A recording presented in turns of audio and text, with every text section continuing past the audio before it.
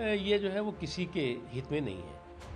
और आप जो है वो मतदाताओं में जो काल्पनिक कन्फ्यूज़न क्रिएट करने की क्रिमिनल कॉन्स्पिरेसी करने में लगे हुए हैं, जो लोग भी मतदाताओं की इस मतदाता सूचियों के शुद्धिकरण को लेकर के जो काल्पनिक कन्फ्यूज़न क्रिएट करने की क्रिमिनल कॉन्स्पिरेसी में लगे हुए लोग हैं, वो न तो मतदाताओं के हितैषी हैं, बल्कि शुद्ध रूप से जो वैध मतदाता हैं, उनकी 100% इसमें सुरक्षा है। जो अवैध मतदाता हैं, उनकी समीक्षा है। लेकिन उसके बावजूद भी आप एसआईआर की जो सियासी लिंचिंग के धंधे में लगे हुए हैं, तो वो लोग जो है वो हमेशा इस तरह के जो सुधार से जुड़े हुए मुद्दे हैं, लोगों के हितों से जुड़े हुए मुद्दे हैं, उस पर जो है वो काल्पनिक कन्फ्यूज़न क्रिएट करके एक क्रिमिनल कॉन्स्पिरेसी करने के वो कारीगर बन गए हैं, और इस तरह की उनकी करतूतें जो हैं वो कॉमन हैं। सर, लेकिन चुनाव आयोग वोट चोरी की कोशिश कर रहा है और ये लोकतंत्र पर खतरा है। देखो, कांग्रेस की स्थिति ये है कि 100 चूहे खा के बिल्ली हैज कुचली। अब कांग्रेस पार्टी का इतिहास अगर आप लोकतंत्र के मामले में देखेंगे, संवैधानिक मूल्यों और मर्यादाओं के मामले में देखेंगे, तो उन्होंने जिस बेदर्दी और बेशर्मी के साथ लोकतंत्र और लोकतांत्रिक मूल्यों और मर्यादाओं की के साथ जो है वो विश्वासघात किया है, कुठाराघात किया है और उसकी लिंचिंग की है, उसके बाद ये जो है वो अभी भी हर सुधार पर जो है वो या तो सियासी वार करेंगे या सांप्रदायिक वार करेंगे। और इस तरह के सुधार पर जो है वो काल्पनिक कन्फ्यूज़न की क्रिमिनल कॉन्स्पिरेसी के ज़रिए देश में जो है वो लोगों को कंफ्यूज करने की कोशिश करेंगे, इसमें ये सफल होंगे नहीं। सर, दक्षिण भारतीय राज्य कमलप्रीत ने ऑल पार्टी मीटिंग कॉल कर दी है। उनका कहना है कि ये एक कॉन्स्पिरेसी रची जा रही है और ये इसलिए अहम है क्योंकि तमिलनाडु में भी अगले साल चुनाव होगा। देखिए, चुनाव आयोग ने बहुत स्पष्ट कहा है, जो वैध मतदाता हैं उनकी सुरक्षा 100% होनी चाहिए और होगी। जो अवैध मतदाता हैं उनकी समीक्षा हो रही है, और इन मतदाता सूचियों के शुद्धिकरण की जो प्रक्रिया है वो कोई पहली बार नहीं देश में हो रही है।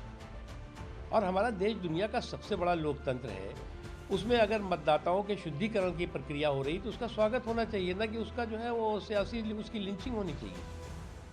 सर, लेकिन सरकार और वहाँ की पार्टी टीएमसी वो कह रही है कि अगर एक भी नाम डिलीट किया गया तो वो लोग प्रोटेस्ट करेंगे। देखो, ऐसा है, जो उसकी कानूनी प्रक्रिया है, उस कानूनी प्रक्रिया के तहत मतदाता सूचियों का शुद्धिकरण होगा, उसके लिए कोई भी उसे रोक नहीं सकता। और आपको लगता है कि आप गुंडागर्दी के ज़रिए, आप अराजकता के ज़रिए, आप उद्दंडता के ज़रिए इस जो लोकतांत्रिक प्रक्रिया है, जो संवैधानिक प्रक्रिया है, उसको आप हाईजैक कर लेंगे, उस पर आप जो है वो किसी तरह का उसको बंधक बना पाएंगे, ये आपकी गलतफहमी है, होगी। और जो मतदाता वैध हैं उनकी 100% सुरक्षा है, जो अवैध मतदाता हैं उनकी समीक्षा होने दीजिए ना, आपको किस बात का डर है। सर, बिहार गठबंधन आज अपना मैनिफेस्टो रिलीज करने जा रहा है। मैनिफेस्टो से पहले तेजस्वी यादव को मुख्यमंत्री का चेहरा भी घोषित किया गया है। क्या देखो, ये कांग्रेस के या जो तेजस्वी जी का जो गठबंधन है, वो उस गठबंधन की झालर में शॉर्ट सर्किट का झटका हो चुका है। अब जिस गठबंधन की झालर में शॉर्ट सर्किट का झटका हो जाए, तो उसमें जो है वो इस तरह की जो सामंती ठसक है और सुल्तानी कसक है वो सामने दिखाई पड़ेगी। अब इनको भी इस बात का अच्छी तरह एहसास है कि अभी आने वाले दिनों में आप देख लीजिएगा, अभी तो इन्होंने वोट चोरी का जो है वो विलाप किया है। जब चुनाव का रिजल्ट आएगा तो कहेंगे कि वोट बैंक पर डाका पड़ गया, उसका वितंडा करेंगे।